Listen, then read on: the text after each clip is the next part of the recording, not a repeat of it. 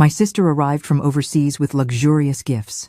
A Swiss watch, French perfumes, an Italian leather handbag. All for me. Later, my son, while on the phone, would pile those gifts into his car, saying his wife would get more use out of them than I would, that he would take everything for her. That was when my sister lost her patience. But before we get to that moment, I have to tell you how it all began. Because none of this happened out of nowhere. Nothing breaks without first being cracked for a very long time. I am 69 years old, and it had been months since I had felt that warmth in my chest. That morning, the phone rang, and it was Paula, my younger sister, calling me from Italy. Her voice came through the line, clear and excited. She told me she was coming to visit me in 2 weeks, that she was bringing gifts, things she had bought with me in mind, things she knew I would like. When I hung up the phone, I sat in the kitchen staring at the wall. I didn't cry, but I felt something like relief. It had been so long since anyone had told me they had been thinking of me, that they had chosen something especially for me. Paula was always like that. Since we were girls, she was the one who defended me in the schoolyard, the one who lent me her shoes when mine were worn out, the one who saved half of her sweet bread to give to me in secret when Mom couldn't afford enough food. When she went to live in Europe 15 years ago, I felt like I was losing my only ally. But we never stopped talking. Every month she would call me. She would ask how I was. She would truly listen to me. And now she was coming back, with her hands full, with her heart full, thinking of me. I looked out the kitchen window and saw the empty backyard. The plants I used to care for with so much love were now dry. No one helped me water them. No one asked if I needed anything. No one noticed when I went whole days without talking to anyone. Theo, my son, lived just 3 blocks from my house. He was 42 years old. He had been married to Vanessa for 8 years. He worked at a logistics company. He earned a good living. He had a car. He had everything he needed, but he almost never came to visit me. And when he did, it was always rushed. He would come in, have a cup of coffee, look at his phone, say he had to go, that Vanessa was waiting for him, that they had things to do. I never said anything. I just nodded, smiled, told him not to worry, that I was fine, that I understood he was busy, but inside, I felt an emptiness that grew larger each time, a silence that was as heavy as if the house were filled with stones. Sometimes I wondered if I had done something wrong, if I had been a bad mother, if I deserved this abandonment that was so quiet yet so real. After Paula's call, I spent the rest of the day cleaning the house. I wanted everything to be perfect when she arrived. I wanted her to see that I was still the same, that I hadn't fallen apart, that I still had dignity. I swept, I washed the dishes, I dusted the furniture, I changed the sheets on the bed in the guest room, I put fresh flowers in a vase on the dining room table. When I finished, it was already night. I sat on the sofa with a cup of tea and dialed Theo's number. I wanted to tell him that his aunt was coming. I thought maybe that would encourage him to come by more often during those days, that maybe he would want to spend time with us. The phone rang 5 times before he answered. His voice sounded tired, distracted. I told him Paula was coming in 2 weeks, that she was bringing gifts, that it would be nice if he came to see her too. There was a brief silence on the other end. Then he said he would see if he could, that he had a lot of work, that he would let me know. He didn't say he was happy. He didn't ask how Paula was. He didn't say anything that made me feel like he cared. I hung up the phone and stared at the dark screen. I felt that weight again, that void that nothing could fill. I went to bed early that night, but I couldn't rest well. I dreamed of my childhood, of Paula and me running through the fields where we grew up, of my mother calling us in for dinner, of my father sitting on the porch rocker, smoking his cigar. I woke up before dawn. The house was cold, silent, empty. I got up and made coffee. I sat by the window and watched as the sun began to light up the streets. The neighbors were leaving for work. The children were walking to school. The world kept moving as if nothing was wrong. But I felt stuck, as if I were waiting for something that would never arrive. The 2 weeks passed slowly. Every day I checked the calendar. I counted the days left. I imagined the moment Paula would knock on the door, her smile, her hug. Theo didn't call back. I didn't reach out to him either. I was already used to his indifference. I no longer expected anything from him. 3 days before Paula arrived, I went to the market to buy groceries. I wanted to cook all of her favorite things. Tamales, mole, rice pudding, sweet bread. I spent almost all the money I had saved. But I didn't care. Paula deserved that, and more. When I got home with the full bags, I saw Theo's car parked in front of my door. My heart leaped. I thought maybe he had come to help me, that maybe he had remembered his aunt was arriving soon. But when I went inside, I found him sitting on the sofa, looking at his phone. He didn't even look up when I came in. I asked him if he needed anything. He told me he had only stopped by because Vanessa had asked him to pick up some pots I had lent her months ago.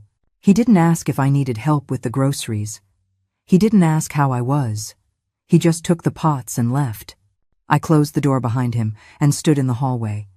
The grocery bags still felt heavy in my hands. I felt something inside me tighten. But I didn't cry. I didn't cry about these things anymore. I just kept going. I put away the food. I started to cook. I focused on the one thing that made me feel useful. Finally, the day came.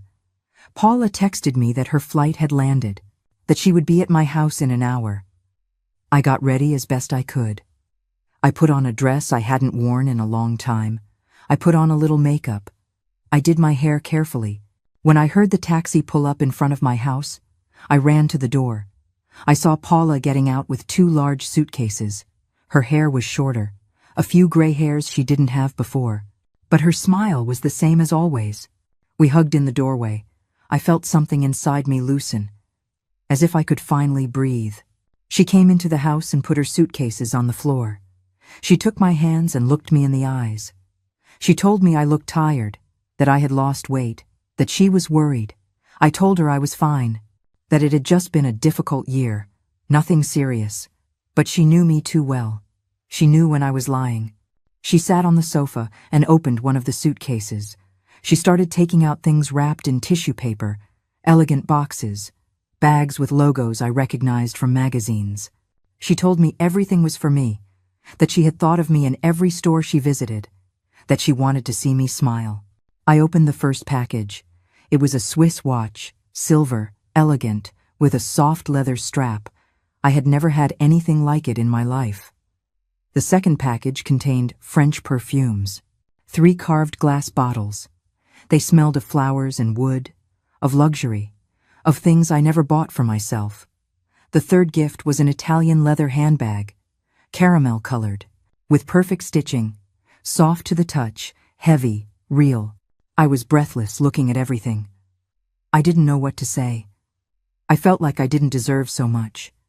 Paula hugged me and told me I deserved everything, that I had worked my whole life, that I had raised my son alone after his father left us, that I had sacrificed everything to give him an education and food, that now it was my turn to receive, my turn to be treated for what I was, a valuable woman, a woman who mattered. I cried. This time I really cried, but not from sadness. I cried because someone saw me. Someone remembered me. Someone thought I was worth it. We spent the rest of the afternoon talking. We cooked together. We laughed. We reminisced about our childhood. We felt like we used to, like it was just the 2 of us against the world. That evening, I ate with more appetite than I had in months. I tried on the watch. I put on a little perfume. I hugged the handbag as if it were a treasure, and in that moment, I still didn't know what was coming. I still didn't know that this happiness would last so short a time, that my own son would be capable of snatching it away from me, that I would have to learn to defend myself from the one person who should have been protecting me. But that night, I only felt gratitude. I only felt that someone was finally treating me with love, with respect, with the dignity I had forgotten I deserved. The next morning I woke up early. Paula was still asleep in the guest room. The house was quiet, but it was a different kind of quiet. It no longer felt empty. Now someone was there. Someone I cared about. Someone who cared about me. I made coffee and sat in the kitchen, looking at the gifts I had left on the table. The watch gleamed in the morning light. The perfume bottles looked like jewels. The handbag rested on the chair as if it had always belonged there. I touched the soft leather of the bag and felt something strange, a mix of joy and guilt, as if I had no right to have such beautiful things, as if it were selfish to want something for myself. I had spent so many years giving everything, buying clothes for Theo, paying for his education, sacrificing my own needs so he could have what he wanted. And now that someone was giving something to me, I felt odd, almost uncomfortable. Paula appeared in the kitchen, yawning. She poured herself some coffee and sat across from me. She looked at me with those eyes that always knew what I was thinking. She asked if I had slept well. I told her I had, but she knew I was lying. She said she noticed something about me, something muted, as if I had gotten used to not existing, to not mattering. I told her she was exaggerating, that it was just my age. That's how things were when you got old. She shook her head. She said age had nothing to do with it, that our mother had been 80 years old and was still strong, still had opinions, still took up space in the world. She asked me about Theo. When was the last time he came to visit? What did he do for me? I fell silent. I didn't know what to say. I didn't want to admit that my own son had forgotten me, that weeks would go by without him coming, that when he did come, it was only to ask for something or drop something off. Never to stay with me. Paula waited. She didn't pressure me. She just waited for me to speak. Finally, I told her. I said that Theo was very busy with his work, with his wife, with his life, that I understood, that I didn't want to be a burden. She set her coffee cup on the table with more force than necessary. She told me that I was not a burden, that I was his mother, that he had an obligation, not just to visit me, but to make sure I was okay. I told her that things had changed since he married Vanessa, that she kept him busy, that maybe I wasn't that important to her, and that's why he came less often. Paula looked at me with sadness. She told me that was no excuse, that a grown man knew how to take care of his mother no matter what his wife said. I changed the subject. I didn't want to ruin the morning talking about sad things. I asked her what she wanted to do that day. If she wanted to go to the market, if she wanted to cook something special. She accepted the change of subject, but I saw in her eyes that she wasn't done thinking about this, that something was bothering her, that she was worried about me. We spent the day cooking together. We made tamales like when we were girls.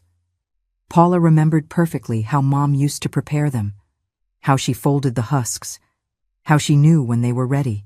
While we cooked, we talked about everything, about Italy, about her job, about her neighbors, about how different it was to live there, but also about how much she missed her home, her family, me.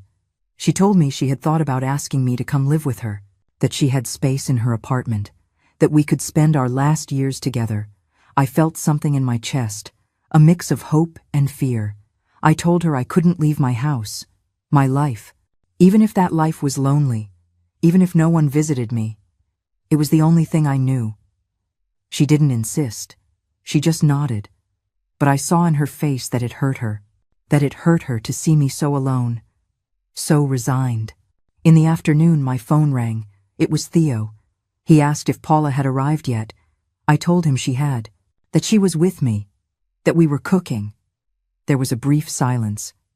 Then he told me he would stop by to say hello the next day, that Vanessa wanted to meet her, that they had been talking about her for a while. I was happy. I thought that maybe this visit would bring him closer to me, that maybe he would remember he had a family, that he had a mother. I hung up and told Paula. She smiled, but I noticed something odd in her expression, as if she wasn't completely happy about the news. I asked her what was wrong. She said nothing, that she just hoped Theo would be nice, that he would treat her well, and above all, that he would treat me well in front of her. I told her not to worry, that Theo was a good son. He was just busy. She didn't say anything else, but I saw in her eyes that she didn't believe me. That night we ate the tamales we had prepared. We sat in the dining room with candles lit. We made a toast with hibiscus tea. We laughed. We felt alive. Before going to sleep, Paula asked me to try on the watch again, to put on a little perfume, to carry the handbag around the house as if I were going out. I felt silly, but I did it. I put on the watch. I sprayed perfume on my wrists and neck. I took the handbag and walked through the living room like a model. Paula clapped. She told me I looked beautiful, that I looked how I should always look. With dignity, with pride. I looked at myself in the hallway mirror. I almost didn't recognize myself.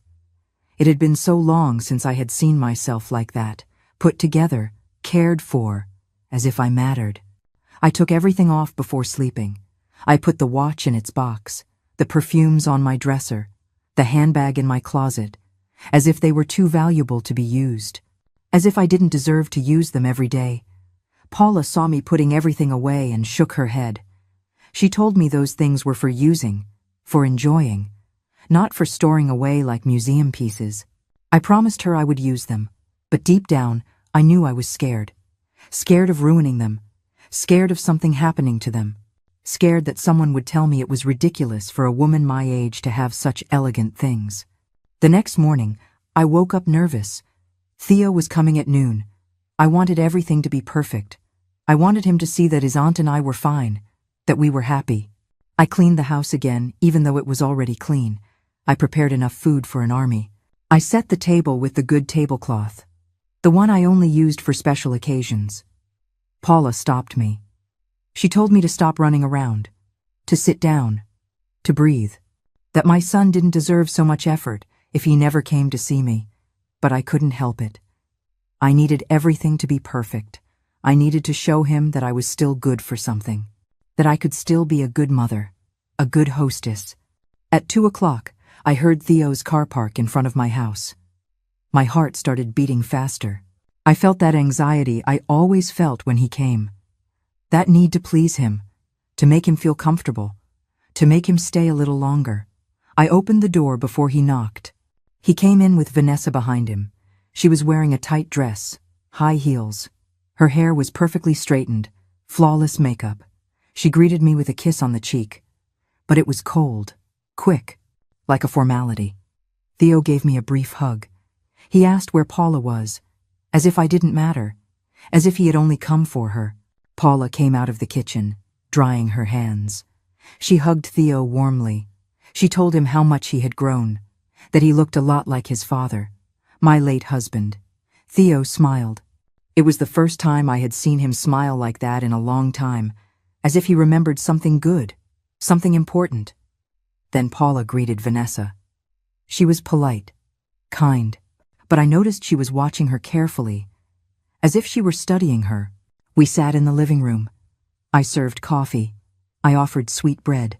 Vanessa said she didn't eat carbs, that she was watching her figure. Paula said nothing, but I saw how she tightened her lips. We talked about Italy, about what it was like to live there. Theo asked about Paula's job, about how much she earned, about how much things cost there. Paula answered patiently, but I could tell those questions bothered her, as if Theo were just calculating, measuring, comparing. Vanessa looked around the living room.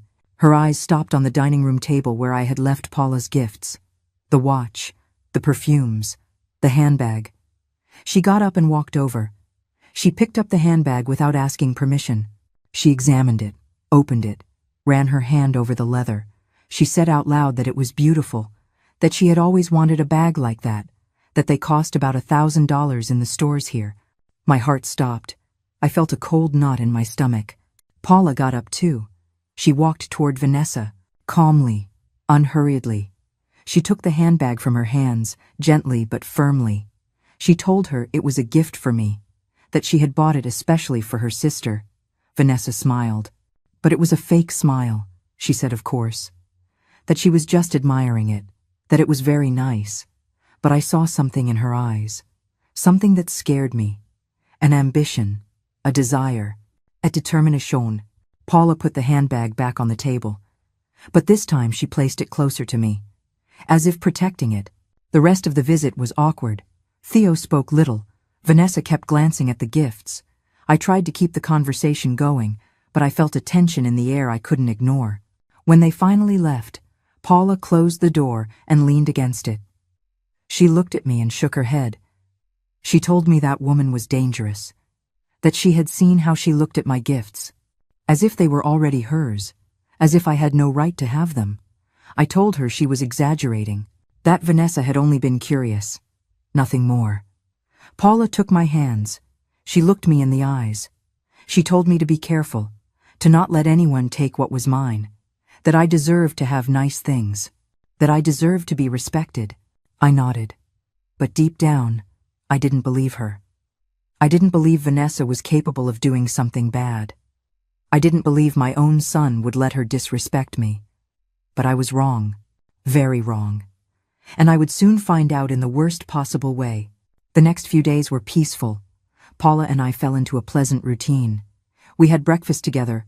We went for walks in the neighborhood. We cooked. We watched old movies on television. We talked late into the night. I felt alive again. As if I had woken up from a long gray dream. As if I finally remembered who I was before I became just someone's mother. Just the invisible woman who lived alone in that house. One afternoon, Paula insisted we go out. That I should wear the watch, carry the handbag, spray on some perfume. She told me it was pointless to have nice things if I didn't use them. I resisted at first. I was embarrassed to go out like that, so dressed up, so elegant, as if I were showing off, as if I wanted to attract attention, but she wouldn't take no for an answer. She helped me pick out a dress. She did my hair. She put on a little makeup for me. She put the watch on my wrist. She gave me the handbag. When I saw myself in the mirror, I almost didn't recognize myself. I looked different. I looked important. I looked like someone who deserved respect. We went for a walk downtown. We went into a nice cafe. We ordered coffee and cake.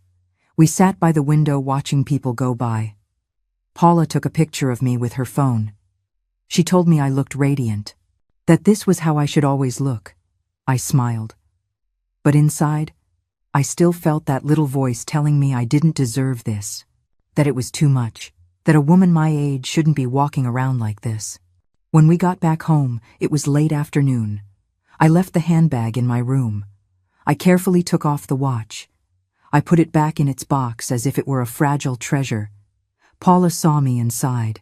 She didn't say anything, but I knew she was disappointed. Disappointed that I couldn't just enjoy it, simply accept that I deserved good things. That evening, Theo called.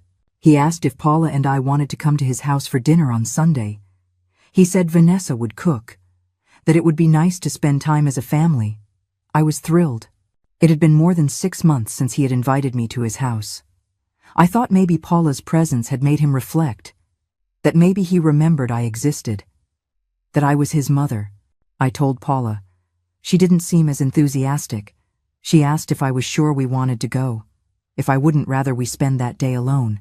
I told her I wanted to go, that I wanted Theo to see that I was okay, that I had my sister with me, that I was happy. Paula agreed, but I saw in her face that she wasn't convinced, that something was worrying her. Sunday came quickly. I got ready carefully. I wore a simple but nice dress. This time, I did wear the watch. I took the handbag with the perfumes inside because I wanted to show them to Theo. I wanted him to know that his aunt had given me beautiful things, that someone was thinking of me. Paula got ready too. She brought a bottle of Italian wine she had packed in her luggage, an expensive wine. From a region she knew well. We arrived at Theo's house at 6 o'clock in the evening. It was a nice house, 2 stories, with a yard, with plenty of space. Enough space for me to live there if they ever asked me. But they had never asked. Vanessa opened the door. She was wearing an apron. She smiled, but again, it was that smile that didn't reach her eyes. She let us in. The house smelled good, like a home-cooked meal, like spices. I was surprised. I didn't know Vanessa cooked. Theo was in the living room watching the football game. He got up to greet us. He hugged us quickly. He told us to sit down, that dinner would be ready soon. I sat on the sofa. I placed my handbag next to me. Paula gave the wine to Vanessa. She took it and read the label. Her eyes lit up. She said it was an excellent wine, that a bottle cost about $150. Paula nodded. She said it was a gift, that they should enjoy it. Vanessa took it to the kitchen. I expected her to open it for dinner, but she didn't. She put it away in her pantry, as if it were just for her and Theo. as if Paula and I weren't even there. Paula looked at me. I just looked down. I didn't want to cause trouble. I didn't want to ruin the evening. Dinner was fine. Vanessa had made chicken in a sauce, rice, salad, nothing special, but it was tasty. We ate in silence for most of the time. Theo asked when Paula was leaving. She said in a week, that she had to get back to her job, to her life in Italy. He nodded. He asked if she would be back soon. Paula said she didn't know, that it depended on a lot of things, but that she would always be looking out for me, that she would always call me. She looked at Theo when she said that, as if expecting him to say something, to say that he would look out for me too, that he wouldn't leave me alone. But Theo just kept eating, as if he didn't get the message, or as if he didn't care. After dinner, we went to the living room. Vanessa served coffee. I took one of the perfumes out of my handbag. I wanted to show it to Theo. I wanted him to see how beautiful it was. I gave it to him to smell. He took it, looked at it, said it smelled nice. Nothing more. He left it on the coffee table and went back to watching the football game on television. Vanessa came over. She picked up the bottle. She examined it carefully, read the label. Her eyes widened a little. She said it was French perfume, from an expensive brand, that a bottle cost about $200. I nodded. I told her Paula had brought me 3, that they were beautiful, that they made me feel special. Vanessa didn't say anything else, but she kept staring at the bottle for a long time, too long. Paula stood up. She said it was getting late, that we should go, that I got tired easily. Theo didn't even get up to say goodbye. He just raised his hand from the sofa, said we should drive carefully. Vanessa walked us to the door. She hugged me, thanked me for coming, but her hug was cold, empty. When we got in the taxi, Paula was quiet, very quiet. I asked her what was wrong. She said nothing, that she was just tired. But I knew she was lying. I knew she had seen the same thing I had. The way Vanessa looked at my things, the way Theo ignored me, the way neither of them treated me like I mattered. We got home and went to bed, but I couldn't sleep that night. I kept thinking about the dinner, about how awkward it had all been, about how little my son seemed to care about me, and about how Vanessa's eyes had been fixed on my gifts, as if she were already planning something, as if she already wanted them for herself. The following days passed quickly, too quickly. Paula and I knew she would have to leave soon, and that made us sad. We tried to make the most of every moment, every breakfast, every conversation, every laugh. Theo didn't call again after that dinner.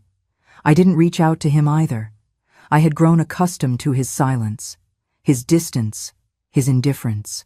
But one afternoon my phone rang. It was him. He asked if he could stop by to pick up some tools he had left in my garage months ago. I said yes, whenever he wanted. He arrived half an hour later. He went straight to the garage without even properly greeting me. Paula was in the kitchen making lemonade. I stayed in the living room, waiting for Theo to finish. When he came out of the garage, he had the tools in his hand. He stopped at the entrance to the living room. His eyes scanned the table where I had once again left my gifts. The watch, the perfumes, the handbag. He walked over. He picked up the watch. He looked at it closely. He asked me how much it had cost. I told him I didn't know, that it was a gift from Paula, that I hadn't asked the price. He kept looking at it. He said it probably cost about $1,500, that it was a very good brand. Swiss, luxury. He put the watch back on the table. He picked up one of the perfumes. He did the same. He estimated that each bottle cost around $200. I didn't understand why the price mattered so much to him, why he couldn't just be happy that I had nice things, that someone had given them to me with love. Paula came out of the kitchen. She sensed the tension. She stood in the doorway, watching. Theo put the perfume down on the table. He looked at me and told me to be careful, that these things were very valuable, that I should keep them in a safe place, that it would be a shame if they got ruined. I nodded. I told him I would take care of them, that they were very important to me. He left without another word, without asking how I was, without asking Paula about her return trip. He just took his tools and left. Paula sat down next to me. She told me she didn't like how Theo had looked at my things, as if he were doing math, as if he were thinking about something. I told her she was exaggerating, that Theo was just curious, nothing more. But deep down, I had felt something strange too. Something uncomfortable in the way he had examined each gift, in the way he had calculated each price. That night, Paula got a call from her job. They had an emergency. They needed her to come back sooner. In 2 days, not in a week as we had planned. I was devastated. I didn't want her to leave yet. I didn't want to be alone again. But I understood. She had her life, her responsibilities. We spent those last 2 days together, inseparable. We cooked. We talked. We cried a little. We promised we would call more often. That we wouldn't let so much time pass without seeing each other. The morning Paula left, I got up very early. I made her favorite breakfast. I wanted her to leave with a good memory. I wanted her to know how much it meant to me that she had come. While we were eating breakfast, my phone rang. It was Theo again. He asked if Paula had left yet. I told him she was leaving that afternoon, that her flight left at 6. There was a silence. Then he asked if he could come by to say goodbye. I was happy. I thought that maybe he did care about his aunt, that maybe he had some heart after all. I said yes. He could come whenever he wanted, that we would be home all day. I hung up and told Paula. She didn't seem excited.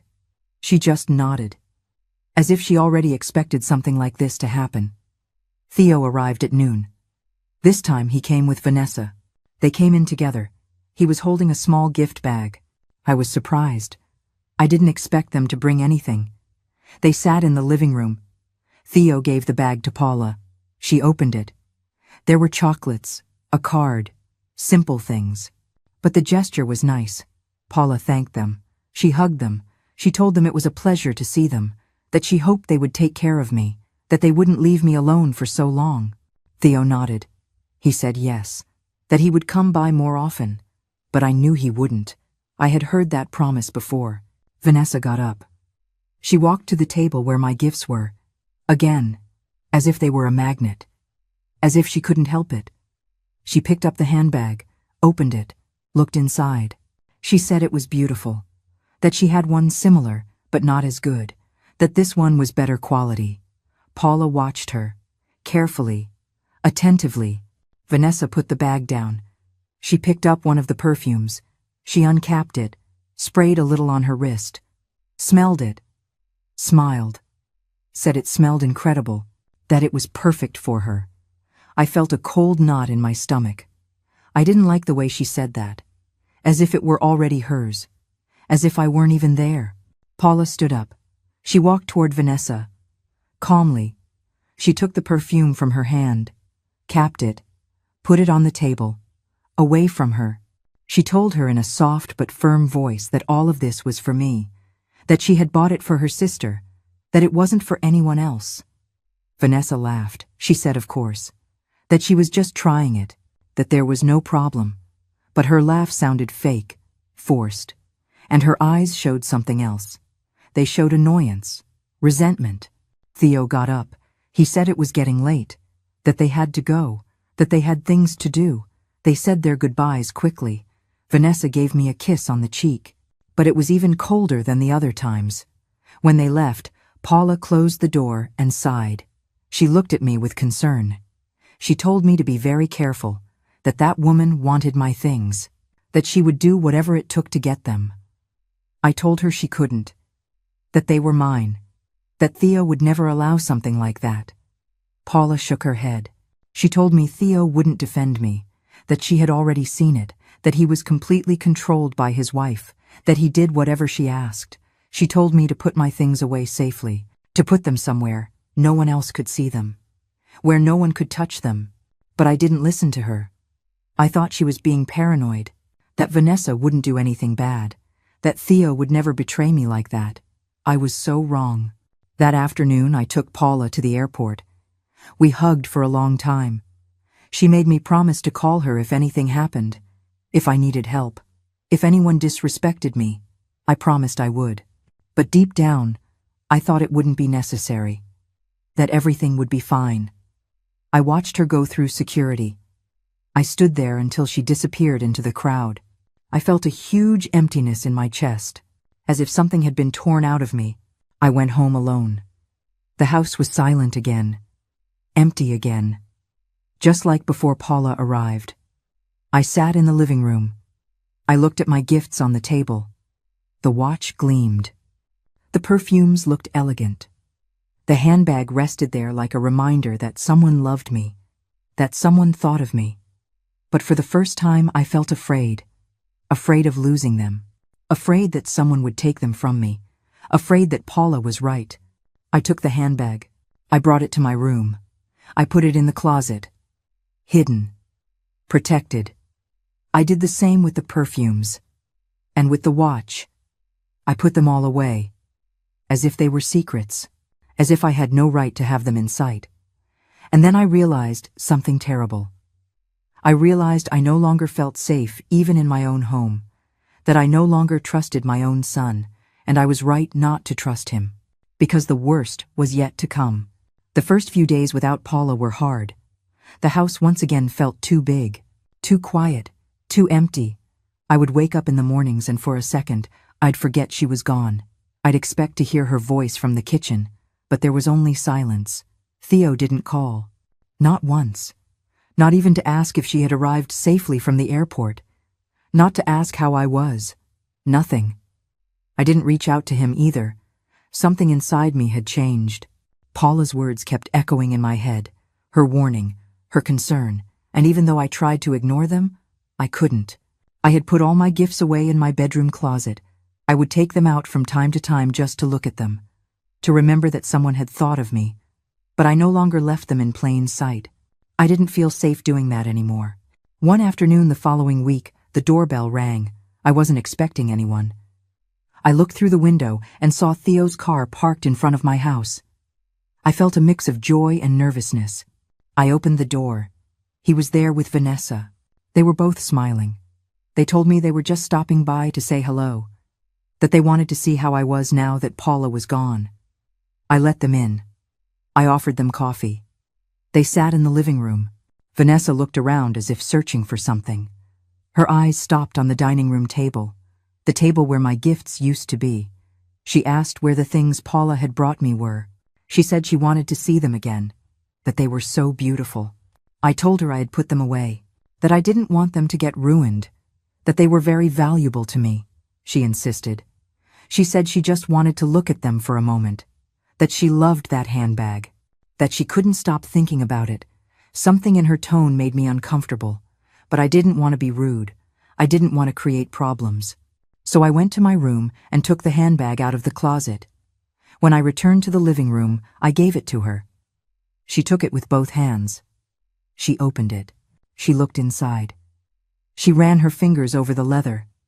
She held it against her body as if it were her own. She said it suited her perfectly, that it was just her style, that she would know how to use it better than I would. My hands started to sweat.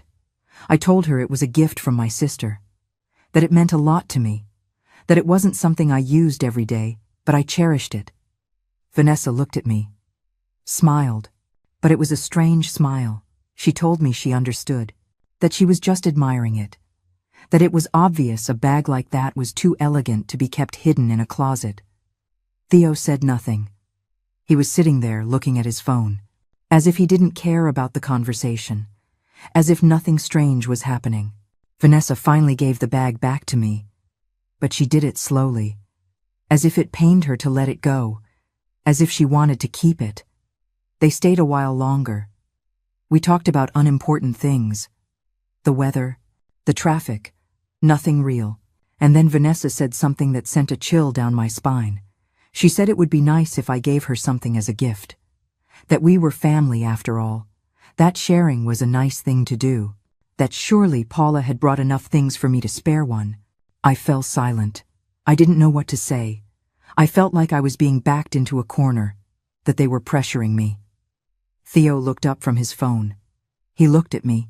He said Vanessa was right, that I had received a lot of gifts, that it wouldn't hurt to share a little, that I never used those things anyway. I felt something break inside me. My own son, my own blood, was asking me to give away the only nice things I had, the only things that made me feel valuable. I told them no, that those gifts were mine, that Paula had bought them for me, that I would not give them away. The atmosphere changed. Vanessa stopped smiling. Theo frowned. As if I had said something wrong, as if it was selfish of me to want to keep what was mine. Vanessa got up. She said she understood, that it was no problem, but her voice was cold, resentful. Theo also got up. He told me I didn't have to be like that his wife was just being nice, that I was being difficult. I sat there, unable to believe what I was hearing. My son was calling me difficult for not giving away my things, for not yielding to his wife's whims. They left without a proper goodbye. The door closed with more force than necessary. I was left alone in the living room with the handbag still in my hands. I cried. I cried for the first time in a long time. Not from sadness, from rage, from helplessness, from pain. I realized in that moment that Paula had been right, that Vanessa wanted my things, and that Theo would support her, that he would choose to please her before respecting me. I put the handbag away again. This time, I put it in a more hidden place, behind my old bedsheets, where no one would think to look. I did the same with the perfumes and the watch. I hid them as if they were treasures in danger. Because that's what they were, and they were in danger. That night, I called Paula. I told her what had happened. She got angry. She told me not to open the door for them again, not to let them into my house, to protect what was mine. She told me to call her immediately if they tried anything else, that she would come back if necessary, that she wouldn't leave me alone with this. We hung up and I went to sleep, but I couldn't rest. I kept thinking about Vanessa's face as she held my bag, about how she looked at it, how she wanted it, and how Theo had looked at me, with coldness, with disappointment, as if I were the problem, as if I were the selfish one. 3 days passed. Theo didn't call. I didn't either. The silence between us was different now. It was no longer just distance. It was a rupture. And then one afternoon, I saw his car park in front of my house again. But this time, he came alone, without Vanessa. I felt a bit of relief. I thought maybe he was coming to apologize, that maybe he had reflected, that maybe he remembered I was his mother. I opened the door. He came in. But he didn't greet me with a hug. He didn't ask how I was. He just walked straight into the living room. He sat down. He looked at me. And then he said something I will never forget. He told me that Vanessa was very upset, that she felt rejected, that I had made her feel bad, that she only wanted to borrow the handbag, just for a party, nothing more. I told him no, that the bag was mine, that I wouldn't lend it. He insisted. He told me I was being ridiculous, that I never went anywhere, that I never used those things, that it was a waste to have them stored away. I felt something inside me shatter. My son was telling me I didn't deserve to have nice things because I didn't use them, as if my worth depended on how useful I was to others. I said no again, more firmly. I told him to leave, that I didn't want to talk about this anymore. He stood up. He looked at me with an expression I had never seen on him, a mix of anger and contempt. He told me I would regret it, that Vanessa didn't forget these things, that I was ruining my relationship with them over a stupid handbag. And he left, leaving me there, shaking, scared, wondering how I had gotten to this point, how my own son had become a stranger, someone who made me feel guilty for protecting the little I had. That night, I didn't sleep at all. I knew something bad was going to happen. I could feel it. And I was right. The following days were strange. Theo didn't call again. I didn't reach out to him either. There was a wall between us now. A wall I hadn't built, but it was there. Solid, real, painful. I spent my days alone at home. I rarely went out. Almost never. I was afraid to leave my things unattended. Afraid someone would break in. Afraid they would be taken from me. I realized how ridiculous it sounded. But I couldn't help it. The way Vanessa had looked at my gifts. The way Theo had pressured me. It had all left me frightened. Paula called me every day. She asked how I was. if Theo had come back, if anything had happened. I told her no, that everything was quiet, but we both knew it was the calm before the storm. One morning, I was in the kitchen making coffee when I heard a noise outside. I peeked through the window and saw Theo's car pulling up. It was only 9 o'clock in the morning. He never came so early. He got out of the car. He was alone again. He knocked on the door. I hesitated. I didn't want to open it. I didn't want another argument, but he was my son. I couldn't just leave him outside. I opened the door. He walked in without waiting for an invitation. He had a serious expression, tense. He told me we needed to talk, that this couldn't go on, that we had to solve the problem. I asked what problem. He looked at me as if I were a fool.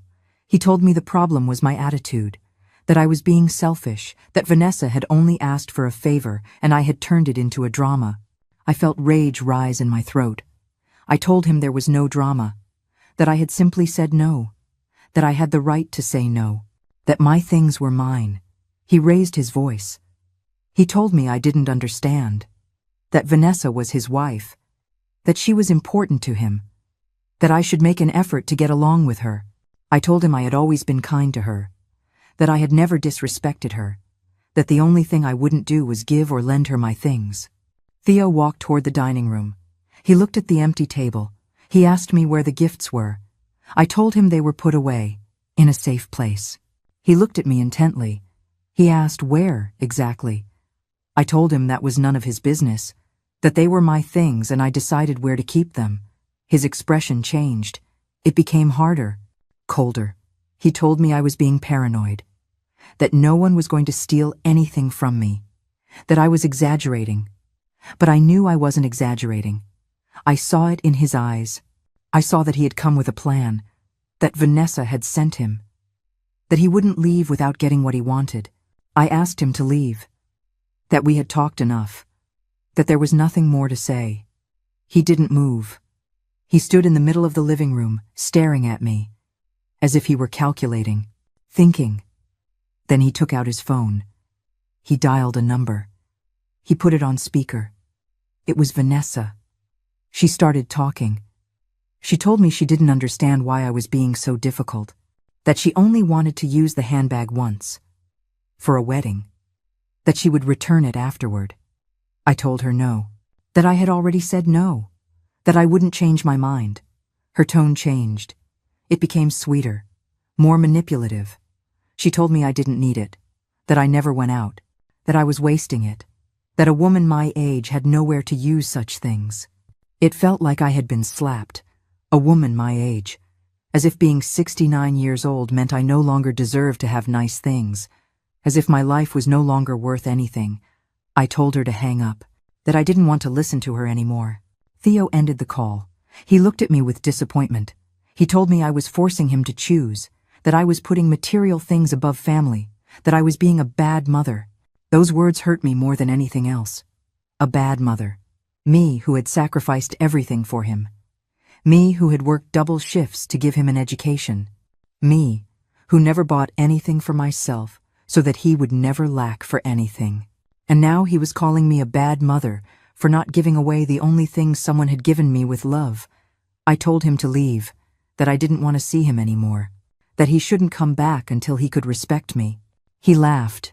It was a bitter, dry laugh. He said, fine. If that's what I wanted, so be it. That he wouldn't bother me anymore. He walked to the door. But before he left, he stopped. He turned around. He looked at me with something that scared me. Something dark. Something I had never seen in him. He told me I had brought this on myself, that I shouldn't say later that he hadn't warned me. And he left. The door slammed shut. I was left alone, shaking, my heart beating far too fast. I called Paula. I told her everything. She got scared. She told me to be very careful, to change the locks, not to open the door for them anymore. I told her I didn't think Theo was capable of doing anything bad. She told me I didn't know people when they became obsessed with something, that money and ambition change people. I spent the rest of the day on edge. I jumped at every noise. I checked the windows every 5 minutes. I checked 3 times that all the doors were locked. By the time night came, I was exhausted. I hadn't eaten anything all day. I forced myself to eat a piece of bread. I drank tea to calm down. I went to bed early, but I couldn't rest. I kept hearing noises, shadows moving. My mind was playing tricks on me. At 3 o'clock in the morning, I got up. I went to check the closet where I kept my gifts. They were still there, all of them, untouched. I felt silly for being so paranoid. I went back to bed. I tried to sleep. The next day I woke up late. My head ached. My body felt as heavy as if I had run a marathon. I made coffee. I sat in the kitchen. I looked out the window. Everything seemed normal, quiet. Then my phone rang. It was a number I didn't recognize. I hesitated but answered. It was Vanessa. She asked if we could talk, like adults, without Theo in the middle. I told her we had nothing to talk about. She insisted. She said she just wanted to explain her point of view, that maybe I had misunderstood her. I told her there was nothing to misunderstand, that my things were mine, period. She sighed. She told me I was being stubborn, that I was ruining the relationship with my son over silly things, that one day I would regret it. I hung up. I didn't want to hear her anymore. I didn't want her to manipulate me, but her words kept circling in my head. I was ruining my relationship with Theo, but not by defending my things, but because he had chosen an ambitious woman over his own mother. That afternoon I decided to go out. I needed fresh air. I needed to clear my head. I locked the house up tight. I double-checked that everything was locked. I walked through the park. I sat on a bench. I watched the families playing, the children running, the mothers smiling, and I wondered at what point my life had become this. At what point I had gone from being a beloved mother to being an obstacle, someone to be manipulated, someone to be stolen from. I returned home 2 hours later. I opened the door. Everything seemed normal. I went inside. I locked the door behind me. I went to my room. I opened the closet.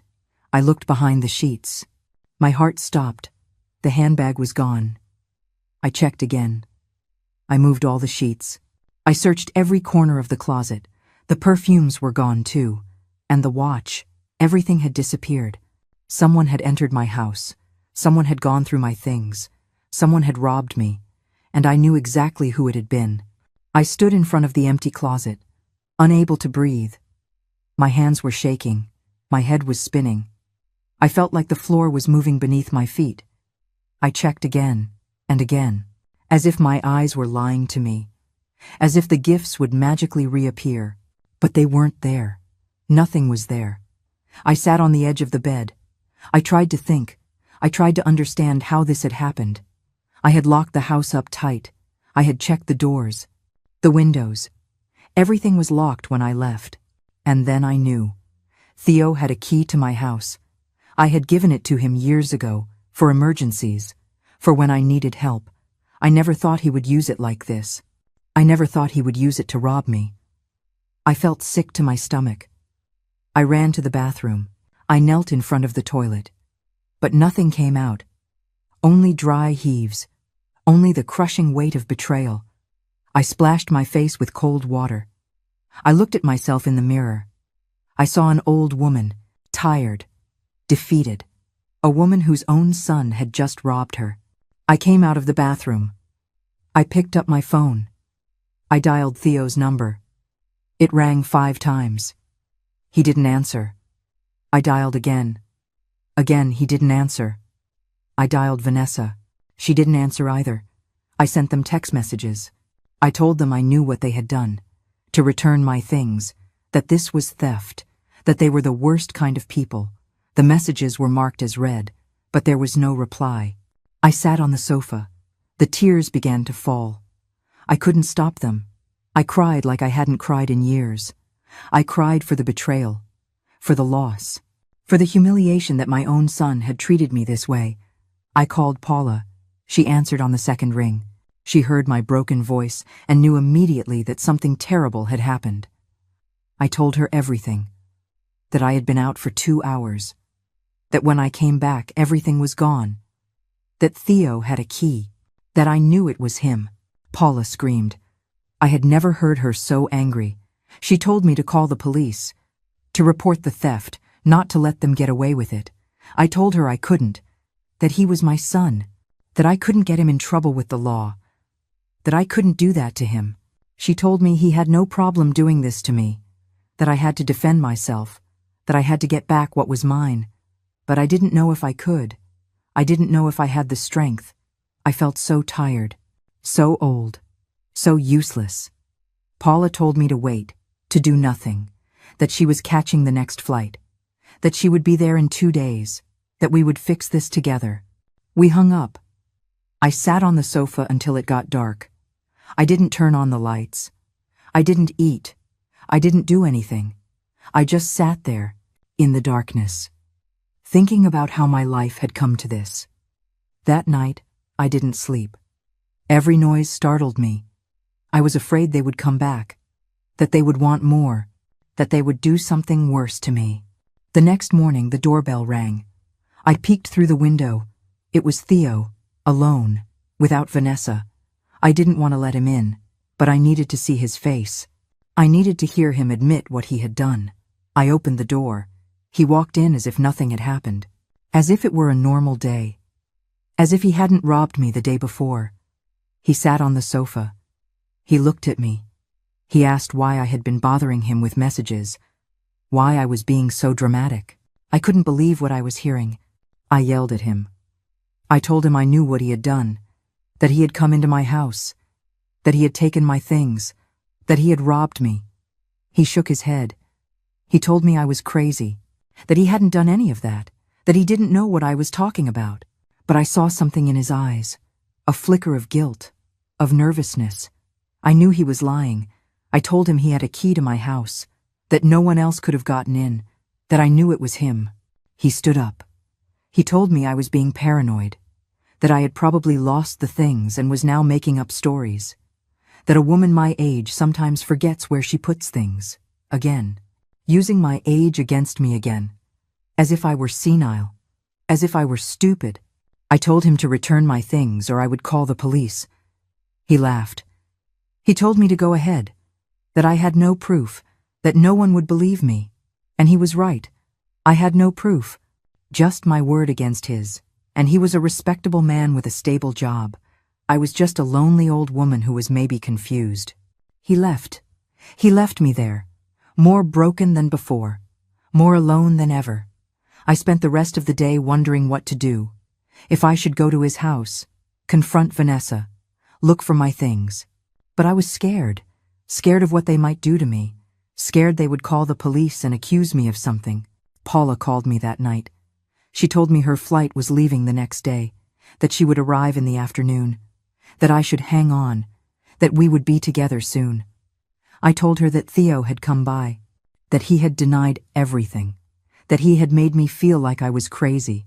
Paula told me I was not crazy, that she would fix everything, that he would not get away with this, that he would pay for what he had done.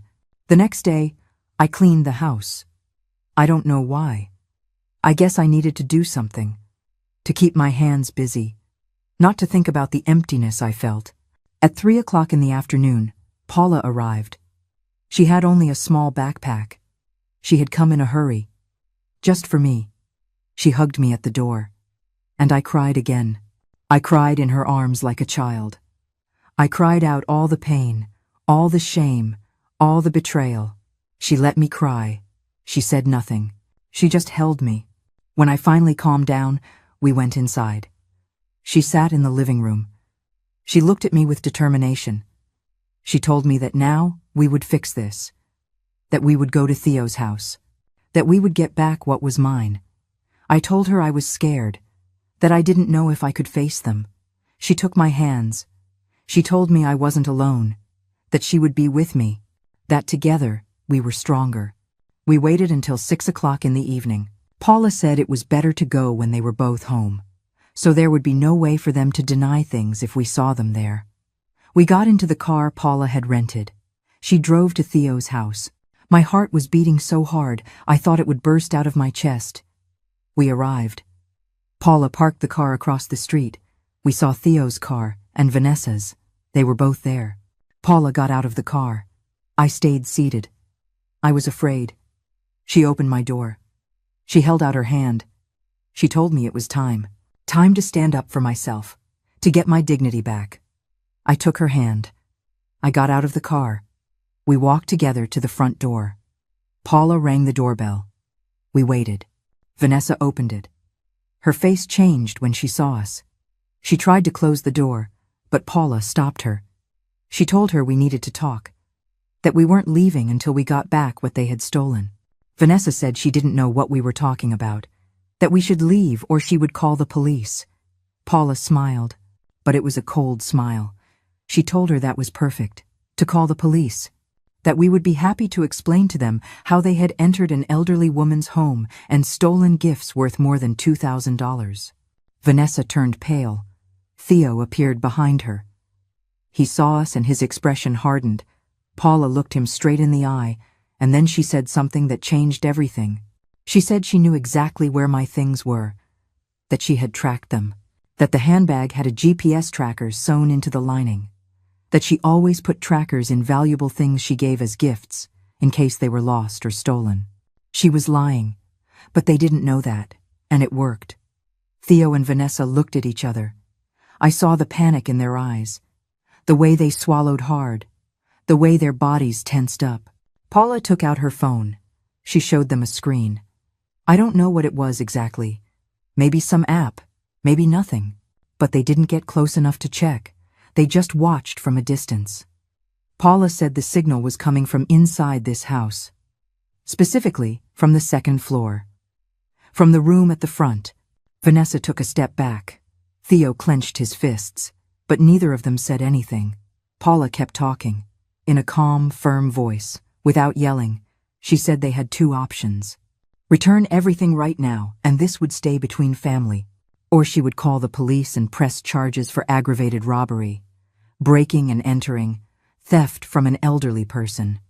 She said she knew lawyers in this country, good lawyers, that with proof from the GPS and our testimony, Theo could go to jail, lose his job, his reputation, everything. The silence that followed was heavy, long, unbearable. Finally, Vanessa spoke. She said it was all a misunderstanding, that she had only borrowed the things, that she was going to return them later, that it wasn't stealing if she intended to give them back. Paula laughed. But it wasn't a happy laugh. It was a hard, cold laugh. She told her that entering someone's home without permission was trespassing, that taking things without authorization was theft, that it didn't matter if she planned to return them or not. Theo finally spoke. He looked at me. He told me I was overreacting, that we were family, that I couldn't do this to them, that he was my son. Something inside me snapped. I told him he had stopped being my son when he entered my house like a thief, when he stole the only beautiful things I had, when he chose his ambitious wife over respecting his mother. I told him I had given him everything, my whole life, all my effort, all my love. And he had repaid me by stealing from me, by making me feel crazy, by telling me I was paranoid. My voice broke, but I kept speaking.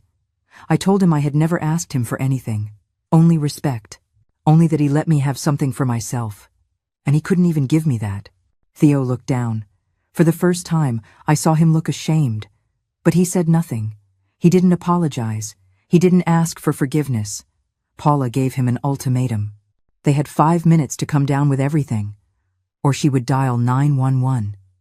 She took out her phone. She started to count. Vanessa looked at Theo. She said something to him in a low voice.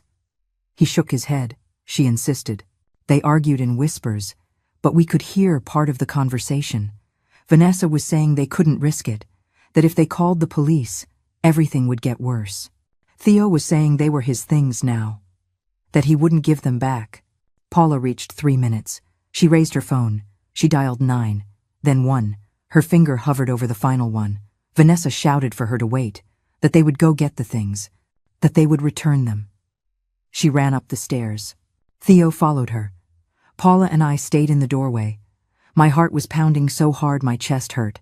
We heard noises upstairs. Drawers opening, quick footsteps, arguing voices. Then they came down. Vanessa was carrying the handbag. Theo had a plastic bag with the perfumes and the watch inside. Vanessa threw the handbag at me. It landed on the floor in front of me, like trash, as if it were worthless. Theo pushed the bag into my hands, forcefully, angrily. He looked at me with hatred, pure resentment. He asked if I was happy now, that I had gotten my precious things back, that he hoped they were worth it, because I had lost my son over them. Paula stepped forward. She stood between us. She told Theo not to talk to me like that he had lost his mother the day he decided to steal from her, that he had made that choice, not me. She told him that a real man protects his mother, cares for her, respects her, that he was not a man, he was a thief, a coward, an unworthy son. Theo clenched his jaw, his eyes filled with tears.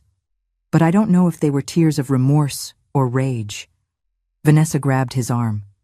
She pulled him inside. She yelled at us to leave, to never come back, that we weren't welcome in her house. Paula took my arm. She picked up the handbag from the floor. She helped me walk to the car. My legs could barely hold me up. When we reached the car, I looked back. Theo was standing in the doorway, watching us. His expression was unreadable, a mix of shame, rage, pain. For a second, I thought he would come, that he would ask for my forgiveness, that he would say it had all been a terrible mistake, but he didn't. He just stood there, watching us leave, watching what was left of our relationship break forever. Paula drove in silence. I stared out the window without seeing anything. I had my things back. The handbag, the perfumes, the watch. It was all there, in my hands, intact. But I didn't feel relief. I didn't feel victory. I just felt empty, a huge emptiness that no gift could fill. We had won. We had recovered what was mine. But I had lost my son, and I didn't know if I could ever get him back. We arrived home. Paula helped me inside. She sat me down on the sofa. She checked each gift. She showed me that everything was fine, that nothing was damaged. I nodded. But I didn't care. I didn't care anymore. Paula sat next to me. She hugged me. She told me I had done the right thing, that I had defended my dignity, that I should be proud. I told her I didn't feel proud.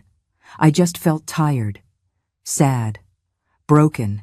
She told me that was normal, that what had happened was terrible, that no mother should have to go through that, but that with time, I would heal, that I was stronger than I thought. That night, Paula stayed with me. She didn't leave me alone. She made tea. She heated up soup. She made me eat even though I wasn't hungry. She helped me change the locks on the house. She called a locksmith who came that night. Now Theo couldn't get in, ever again. I got into bed early. Paula lay down next to me, like when we were girls, like when we were scared and slept together to feel safe. I asked her if I had done the wrong thing, if I should have just given the handbag to Vanessa from the start, if all of this could have been avoided. Paula squeezed my hand. She told me no, that I hadn't done anything wrong, that defending what was mine wasn't selfish, that having boundaries didn't make me a bad mother. She told me Theo had chosen his path, that he had decided to steal, to lie, to betray, that those were his decisions, not mine. She told me I deserved respect. I deserved to be treated with dignity. I deserved to have nice things without anyone taking them from me. I closed my eyes. The tears were still falling, but for the first time in days, they weren't just tears of pain. They were also tears of relief, of gratitude, of knowing I wasn't alone, that someone had defended me, someone had fought for me, someone had reminded me that I was worth it. I fell asleep with Paula's hand in mine, feeling that maybe, just maybe, one day this would hurt less. One day I could look at my gifts and only see love, not betrayal. One day I would feel whole again. But that day was still far away, very far away. And in the meantime, I could only wait, and heal, and learn to live with this new pain, with this new reality, with this son I had lost forever. The following days were strange. Paula stayed with me for a whole week longer. She canceled meetings, postponed commitments. She told me I was more important than any job. We spent most of our days in silence. She would cook. I would keep her company. We would go for walks in the afternoons. Little by little, I started to feel a bit better. Not good, but better. Theo didn't call. He didn't send any messages. Nothing. It was as if he had died, or as if I had died to him. Sometimes I wondered if he regretted it, if he thought about me, if he understood the damage he had done. But I would never have those answers. And maybe it was for the best. One afternoon, Paula took the handbag out of the closet, where I had put it away again. She gave it to me. She told me I had to use it, that I couldn't keep hiding it as if it were something forbidden. I told her I couldn't, that every time I saw it, I remembered everything, the theft, the betrayal, the look of hatred on Theo's face. Paula sat across from me. She took my hands.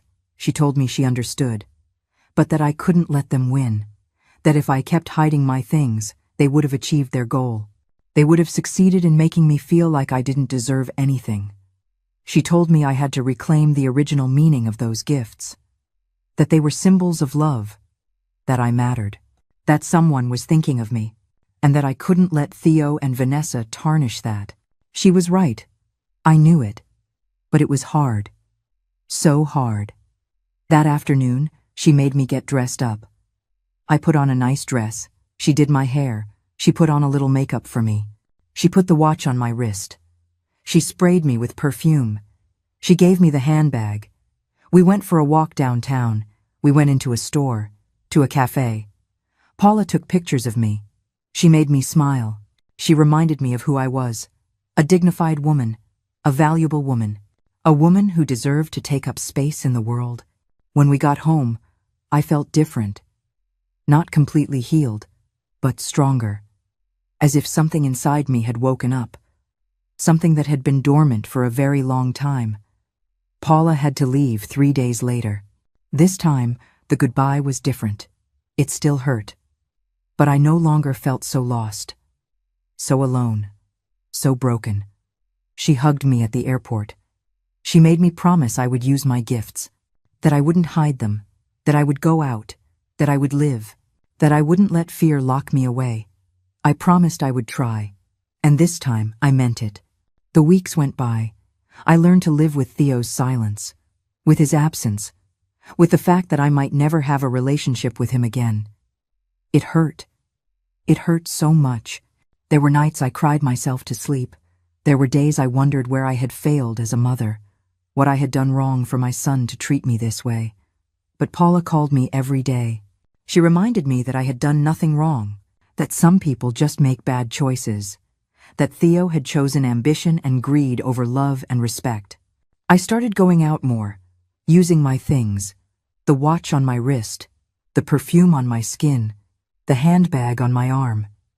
At first, I felt uncomfortable, as if everyone was staring at me, as if everyone knew what had happened, but no one knew, and no one looked at me strangely. In fact, some women would give me compliments. They would tell me I looked elegant, that the handbag was beautiful, that I smelled very nice. And little by little, I started to believe it. I started to believe that I deserved to have nice things, that my age didn't make me less valuable, that my loneliness didn't make me invisible. One day, I was at the supermarket buying vegetables. I was wearing the watch and carrying the handbag. An older woman approached me. She told me I looked radiant. She asked me what my secret was. I smiled at her. I told her there was no secret. I had just learned to value myself, to stand up for myself, to not let anyone make me feel less than what I was. She nodded. She told me she wished she had learned that at my age, that she had spent her whole life pleasing others, putting herself last, forgetting about herself. I told her it was never too late, that we could always start respecting ourselves, demanding respect, taking the place we deserved. When I got home that day, I looked at myself in the mirror. I saw a different woman, not the broken woman from a month ago, not the invisible woman from a year ago. I saw a woman who had fought, who had lost something important, but who had gained something more valuable. Her dignity. 2 months later, I received a call from an unknown number. I hesitated but answered. It was Theo. His voice sounded different, more sober, more broken. He asked if we could talk, if he could come see me. My first instinct was to say no, that I didn't want to see him, that he had already done enough damage. But something in his voice stopped me. I told him yes, he could come, but we would only talk in my living room, that I wouldn't open my life to him again so easily. He arrived that afternoon. He was alone, without Vanessa. When I opened the door, he looked different. Thinner, more tired, older. He came in slowly, as if he were afraid, as if he wasn't sure he was welcome. And he wasn't. Not completely. He sat on the sofa. I sat in the armchair across from him, leaving space between us, making the distance that now existed clear. He asked for my forgiveness. He told me he had been an idiot, that Vanessa had manipulated him, that he had been weak, that he had no excuse but that he was deeply sorry. I listened without interrupting. When he finished, I was silent for a moment, processing his words, deciding what to say. Finally, I spoke. I told him I appreciated his apology, but that words didn't erase what he had done, that they didn't heal the pain he had caused me, that they didn't recover the trust he had destroyed. I told him he had entered my house like a thief, that he had robbed me, that he had lied to me, that he had made me feel crazy, that he had chosen material objects over his own mother. I told him that wasn't easily forgotten, that maybe one day I could forgive him, but that day was not today. And maybe it wouldn't be tomorrow either. Theo cried. I saw him cry for the first time in years. He told me he understood, that he didn't expect me to forgive him, that he just wanted me to know he was sorry, that he had broken up with Vanessa, that he had realized she had turned him into someone he didn't want to be. I told him I was happy for him. But that didn't change anything between us, that he had to live with the consequences of his decisions, like everyone else. He left shortly after. I didn't hug him. I didn't tell him everything would be okay, because I didn't know. I didn't know if we could ever have a relationship again. I didn't know if I wanted one, but I did know something. I knew that I would be okay, with or without him. I knew that I had learned to defend myself, to value myself, to not accept less than what I deserved. That night, I put on the watch. I sprayed on perfume. I took the handbag, and I looked at myself in the mirror. I saw a 69-year-old woman, a woman who had survived betrayal, pain, and loss. But I also saw a strong woman, a dignified woman, a woman who had learned that her worth didn't depend on anyone else, that she deserved respect, that she deserved love, that she deserved to have beautiful things without having to justify it. And for the first time in a long time, I smiled, a real smile, because I understood something fundamental. I had lost my son, but I had found myself, and maybe that was the most important thing of all. Life went on, and I would go on with it, stronger, wiser, more aware of my own worth. And no one, ever again, would make me feel that I didn't deserve respect, that I didn't deserve dignity, that I didn't deserve my place in this world, because I did deserve it. I had always deserved it, and now I finally knew it.